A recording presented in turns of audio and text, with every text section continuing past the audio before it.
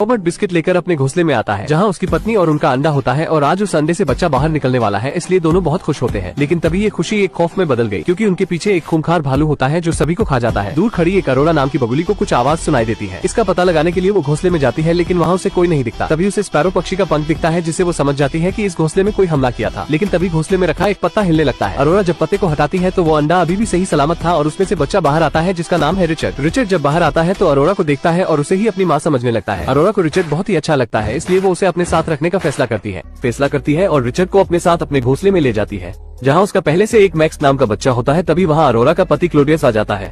वो रिचर्ड को देखते ही अरोरा से कहता है इसे जहाँ से लाई हो वही छोड़ आओ, क्योंकि क्लोडियस हमेशा से स्पैरो पक्षी से जलता था।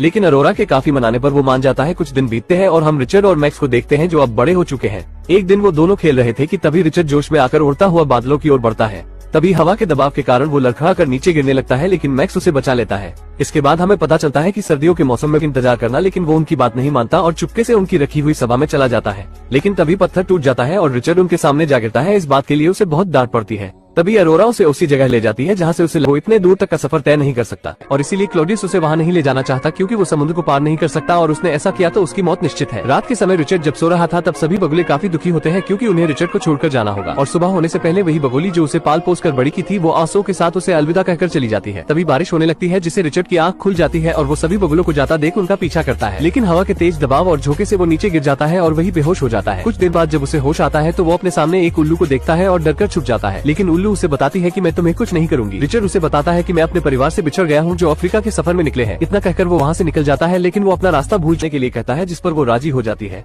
और अगली सुबह जब रिचर्ड की आंख खुलती है तो वो अपने आप को शहर में पाता है क्योंकि वो बस के ऊपर ही सो गए थे जिसे वो काफी आगे पहुंच गए थे और अब इनका सफर शुरू होता है। रास्ते में ओल्गा को भूख लगती है तो वो एक खाने के पार्सल को चुरा ले जाती है और वहाँ से निकलने के बाद उन्हें एक घर में तोता दिखता है। वो उसे बचाने के लिए उसके पास जाते हैं लेकिन तभी उस तोते का मालिक आ जाता है। मौका देखकर तीनों वहाँ से भाग जाते हैं। तोता बचपन से ही पिंजरे में कैद था इसलिए वो सही से उड़ नहीं पाता। किसी भी तरह वो तीनों ट्रेन के अंदर चले जाते हैं क्योंकि वो ट्रेन भी उसी ओर जा रही थी। क्लास होता है और अफ्रीका का सफर अकेले ही तय करने का फैसला करता है और समुद्र के किनारे पहाड़ से छलांग लगा देता है। लेकिन समुद्री हवाओं के दबाव के कारण वो नीचे चट्टान पर गिरने लगता है।